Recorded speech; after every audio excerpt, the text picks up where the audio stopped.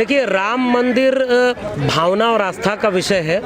राम मंदिर से शिक्षा और रोजगार नहीं मिलने वाला, ये सब लोग जानते हैं। हम तो इस बात के लिए चिंतित हैं कि आज़ाद भारत की बुनियाद जिस संविधान के आधार पर रखी गई, उसमें मंदिर बनाना राज्य और सत्ता की जिम्मेदारी नहीं थी। उसकी जिम्मेदारी थी विश्वविद्यालय बनाना, उसकी जिम्मेदारी थी नौकरी और रोजगार के अवसर मुहैया कराना, किसान मजदूर को 2 वक्त की रोटी की बात करना। धार्मिक लोगों का काम है मंदिर बनाना, वो धर्म के ठेकेदार जो हैं उनके जिम्मे छोड़िए। आपको जनता ने चुना है तो मंदिर बनाने के लिए नहीं चुना है, आपको मस्जिद बनाने के लिए नहीं चुना है, मॉब लिंचिंग के लिए नहीं चुना है, आपको ये सारे काम करने के लिए नहीं चुना है। आप वह काम तो कर नहीं पा रहे, इसीलिए आप जनता को मूर्ख बनाए रखना चाहते हैं। और दूसरी बात, जब विश्वविद्यालय नहीं रहेंगे, शिक्षा सबको नहीं मिलेगी, तो ऐसे ही मूर्खों की जमात तो पैदा होगी जो मंदिर में जाके कीर्तन करेगी, जो उनको शिक्षा और रोजगार नहीं मिला है तो भी राम का नाम जपेगी। जो 1500 जो फैक्ट्री में मजदूरी करेगी लेकिन कहेगी कि 1500 रुपये मैंने लड्डू बांट दिए। देखिए, अगर नई पीढ़ी के जो शिक्षित लोग हैं वो इस बात को समझ रहे हैं, आम आवाम तो अभी भी सांस्कृतिक तौर पर, आर्थिक तौर पर, सामाजिक तौर पर बहुत पिछड़ी हुई है, तो वो भटकी हुई है। विश्वविद्यालयों में पढ़ने वाली पीढ़ियां इस तरह के छलावे के खिलाफ खड़ी होती, सवाल करती। अगर यह सवाल पूछा जाता तो इनका एजेंडा डाइल्यूट होता। इसीलिए तो विश्वविद्यालयों को बर्बाद किया जा रहा है। एक विश्वविद्यालय में पढ़ने वाला व्यक्ति ना, जब घर अपने बात करता है तो उसके बाप भी उससे पूछते हैं कि डिग्री पूरी होगी तो नौकरी मिलेगी कि नहीं। क्यों नहीं उसके लोग ये कहते कि जाओ मंदिर बनाओ विश्वविद्यालयों में? क्यों? क्या इस देश की आम आवाम अपने अपने बच्चों को मंदिर बनाने के लिए, मॉब लिंचिंग के लिए भेजने को तैयार है?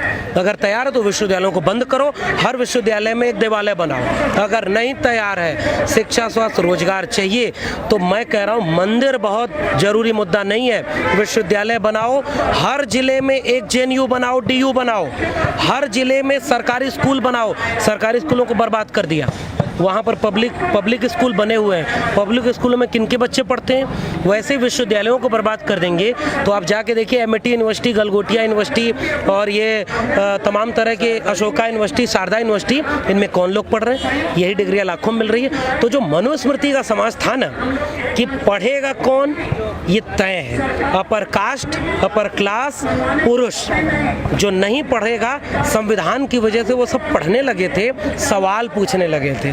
इन सवालों से डरने वाले लोग, झूठे जुमलों में फंसाए रखने वाले लोग, उनकी जिम्मेदारी यह थी कि और विश्वविद्यालय बनाते, वो विश्वविद्यालयों को बर्बाद कर रहे हैं। इसीलिए धर्म, जाति, इन सब की चीज़ों में उलझा रहे हैं। जो बाबा काला धन के नाम पर पिछली सरकार में आंदोलन कर रहा था, इस सरकार में वो करोड़ों रुपए अपना मुनाफा बढ़ा चुका है। सैकड़ों फीसदी उसका मुनाफा बढ़ गया स्वदेशी के नाम पर। जो खुद सत्ता की दलाली कर रहा है, जो सत्ता के खिलाफ एक वक्त नहीं पूछ सकता है कि काला धन तुम क्यों नहीं लाए, दोबारा तुमको मौका मिल गया है, उसकी मानसिक विक्षिप्तता ये है कि वह संविधान विरोधी बयान दे रहा है। उस टीवी चैनल पर, बाबा रामदेव पर केंद्र सरकार को बयान देना चाहिए कि क्या वह रामदेव के इस विचार से सहमत है। अगर सहमत है तो अंबेडकर, फूले, पेरियार को घोषित तौर पर ये कहें कि वो देश विरोधी लोग हैं। अगर नहीं सहमत है तो तुरंत FIR करिए रामदेव पर, उस टीवी चैनल पर,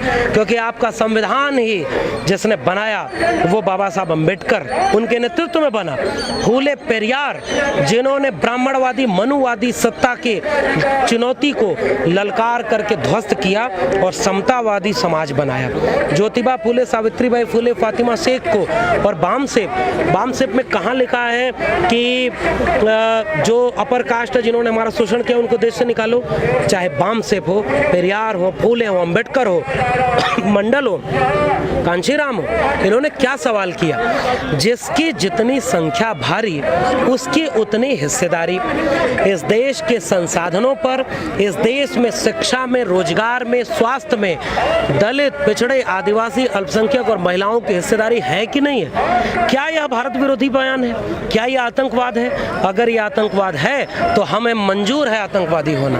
अगर आतंकवाद नहीं है तो केंद्र सरकार तत्काल ये निर्णय ले कि वो बाबा रामदेव और उस टीवी चैनल के ऊपर FIR दर्ज करती है, क्योंकि ये संविधान विरोधी है, ये बहुजन विरोधी है, सामाजिक न्याय विरोधी है। यही बाबा थे जो कहते थे कि काला धन वापस आएगा, जैसे आपने कहा पेट्रोल 30 से 35 रुपए 40 रुपए मिलेगा, तो कैसे लगता है? ये बाबा काला धन वापस लाया होगा तो अपने बिजनेस में लगाया होगा, क्योंकि देश को तो इसने नहीं बताया कि उसका बिजनेस कई गुना बढ़ गया।